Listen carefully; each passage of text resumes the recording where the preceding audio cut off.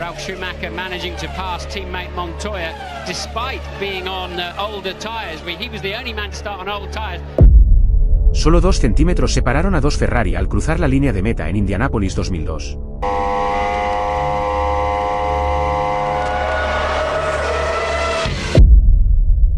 «11 milésimas de segundo que cambiaron la historia de la Fórmula 1.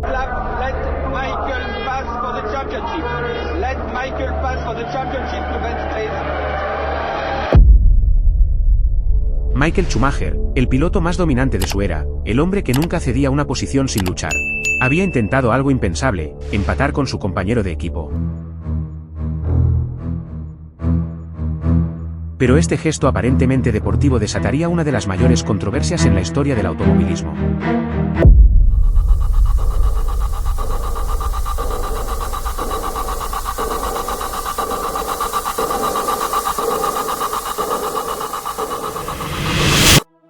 En 2002, Ferrari estaba escribiendo su propio capítulo en los libros de historia de la F1. Pero nadie imaginaba que esta temporada de ensueño acabaría manchada por la controversia. El dominio era simplemente abrumador. Michael Schumacher, al volante de lo que muchos consideraban el mejor Ferrari en 50 años, aseguró su 5º título mundial en el GP de Francia, con 5 carreras de sobra. Ferrari también se llevó el campeonato de constructores 2 fechas después en Hungría, mientras Williams apenas podía verles el polvo. El F2002 era una obra maestra de la ingeniería, que combinado con el piloto más dominante de la era, destrozaba cada récord existente.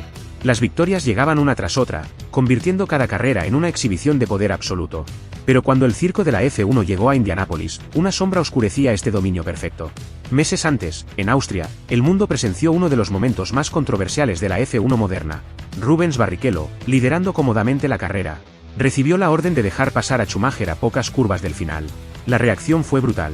Los abucheos llovieron desde las tribunas, los medios destrozaron a Ferrari, y la imagen del equipo quedó seriamente dañada. Las órdenes de equipo no eran nuevas en la F1, pero la forma tan descarada en que se ejecutó causó indignación mundial.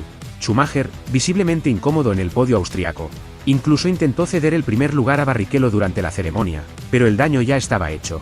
Lo que debería haber sido un año de celebración para Ferrari, se había convertido en una pesadilla de relaciones públicas. El calor sofocante de Indiana marcaba el inicio de un fin de semana que parecía otro más para Ferrari. Michael Schumacher dominó cada sesión de práctica con una autoridad aplastante, y cuando llegó la clasificación, nadie dudaba de quién se llevaría la pole position. En su primer intento, Schumacher se fue algo ancho en la primera curva, pero su segunda vuelta fue impecable. El resultado, su 6ª pole de la temporada y la número 49 de su carrera. Barrichello, como era habitual, completaba la primera fila, asegurando otro 1-2 para Ferrari. Más atrás, Juan Pablo Montoya sufría con problemas de balance en su Williams BMW FW24, perdiendo la 3ª posición por muy poco. La parrilla se completaba con Kimi Raikkonen, Jacques Villeneuve, Jarno Trulli y demás, mientras pilotos como Jenson Button y Mika Salo batallaban con problemas de agarre en la parte trasera. Cuando se apagaron los semáforos el domingo, Schumacher salió como un cohete, seguido de cerca por Barrichello. David Coulthard y Ralf Schumacher completaban el grupo de cabeza, con Montoya buscando recuperar posiciones. La calma duró poco. En la primera vuelta, mientras Montoya intentaba recuperar el 4º lugar de Ralf Schumacher, el caos se desató. El contacto entre ambos dejó al Williams de Ralf sin alerón trasero y a un furioso Patrick Head, jefe del equipo, maldiciendo desde el muro. Montoya logró continuar, aunque cayendo al 7º lugar. Los Ferrari no perdieron tiempo. Para la 5ª vuelta, ya habían creado una ventaja de 5 segundos sobre Coulthard, marcando un ritmo inalcanzable para el resto. Detrás, Trulli, Raikkonen y Villeneuve formaban un grupo perseguidor que se benefició del incidente de los Williams, pero sin ninguna posibilidad real de alcanzar a los monoplazas rojos que se escapaban en el horizonte. La carrera entró en su fase crítica cuando Jacques Villeneuve fue el primero de los punteros en hacer su parada programada en la vuelta 25.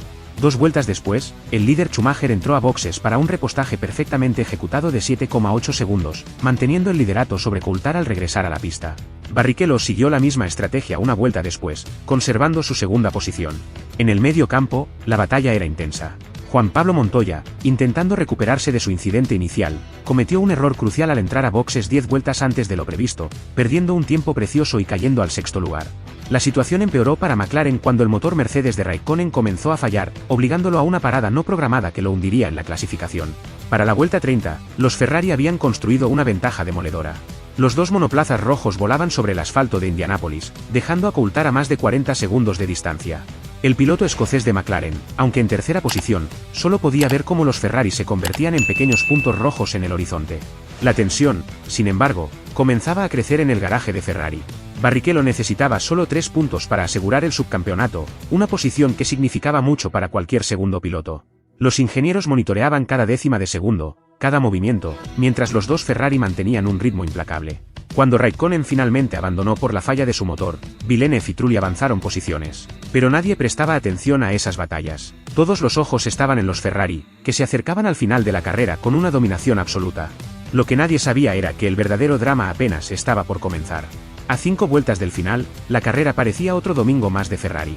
Schumacher lideraba con una ventaja de 2,5 segundos sobre Barrichello, mientras Coulthard, en tercero, navegaba en tierra de nadie, a más de 40 segundos de distancia. El público comenzaba a prepararse para otra victoria rutinaria del Kaiser alemán. El ritmo de ambos Ferrari era demoledor. Vuelta tras vuelta, los monoplazas rojos marcaban tiempos casi idénticos, como si estuvieran en una sesión de clasificación y no en la última parte de una carrera. La diferencia entre ambos iba fluctuando hasta los 2,5 segundos. Nada que hiciera presagiar lo que estaba por venir. Entonces, algo extraño comenzó a suceder.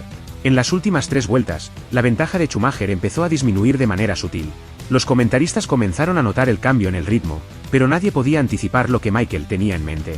Al entrar en la última vuelta, el mundo de la Fórmula 1 estaba a punto de presenciar uno de los finales más sorprendentes de su historia.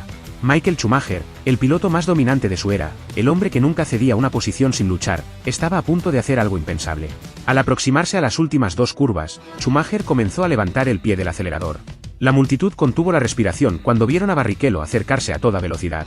El brasileño, aparentemente tan sorprendido como todos los demás, se encontró de repente con la oportunidad de ganar la carrera.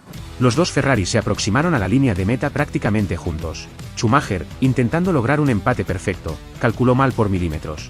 El mundo entero quedó en silencio mientras los dos monoplazas cruzaban la meta. Nadie sabía quién había ganado hasta que los cronómetros mostraron la diferencia, 0,011 segundos. Apenas 2 centímetros separaron a ambos coches. Rubens Barrichello, el piloto que meses antes había tenido que ceder una victoria en Austria, acababa de ganar de la manera más inesperada. El público en las gradas estalló en una mezcla de asombro, confusión y emoción. ¿Qué acababa de pasar? ¿Por qué Schumacher había hecho eso? Los rostros en el podio lo decían todo.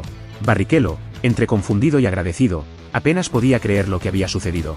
Schumacher, con una sonrisa enigmática, parecía satisfecho con su decisión, aunque probablemente no imaginaba la controversia que estaba por desatarse. Coulthard, en tercero, era testigo silencioso de un momento que pasaría a la historia de la F1. El final más ajustado en la historia de la Fórmula 1 no había sido producto de una batalla feroz en la pista, sino de un gesto inesperado que dividiría opiniones en el mundo del automovilismo durante años. La sala de prensa hervía con preguntas mientras Schumacher intentaba explicar su decisión. Trabajamos duro como equipo, nos apoyamos mutuamente.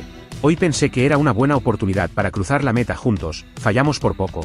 Barrichello, aún procesando lo sucedido, comentó, llegué a la última curva sin saber qué hacer. Michael fue muy amable al intentar que termináramos igual. Los medios no fueron tan comprensivos. Lo que debía ser un gesto deportivo se convirtió en otro escándalo para Ferrari. Manipulación de resultados, gritaban los titulares. La imagen de la F1 volvía a estar en entredicho, especialmente en un mercado tan importante como Estados Unidos. Algunos vieron el gesto como un intento de Schumacher de compensar lo ocurrido en Austria, pero otros lo interpretaron como otra muestra de arrogancia. La FIA, aunque molesta por el espectáculo, no encontró bases para sancionar a nadie. Técnicamente, no se habían violado las reglas. El momento quedó grabado en la historia de la F1 como un recordatorio de lo fino que es el límite entre el espectáculo y la deportividad. La relación entre Schumacher y Barrichello, aunque profesional, nunca volvió a ser la misma. El brasileño, que finalmente aseguró su segundo lugar en el campeonato, siempre sintió que su victoria había quedado manchada por la controversia. Más allá del resultado, Indianápolis 2002 provocó un debate sobre la esencia misma del deporte. ¿Qué es más importante, el espectáculo o la competición pura? 2 décadas después, la pregunta sigue vigente, y aquel final de 11 milésimas sigue siendo uno de los más controvertidos en la historia de la Fórmula 1. Si te ha gustado esta historia, no olvides darle like y suscribirte. Activa la campanita para no perderte ninguna historia del apasionante mundo de la F1. Nos vemos en el próximo vídeo.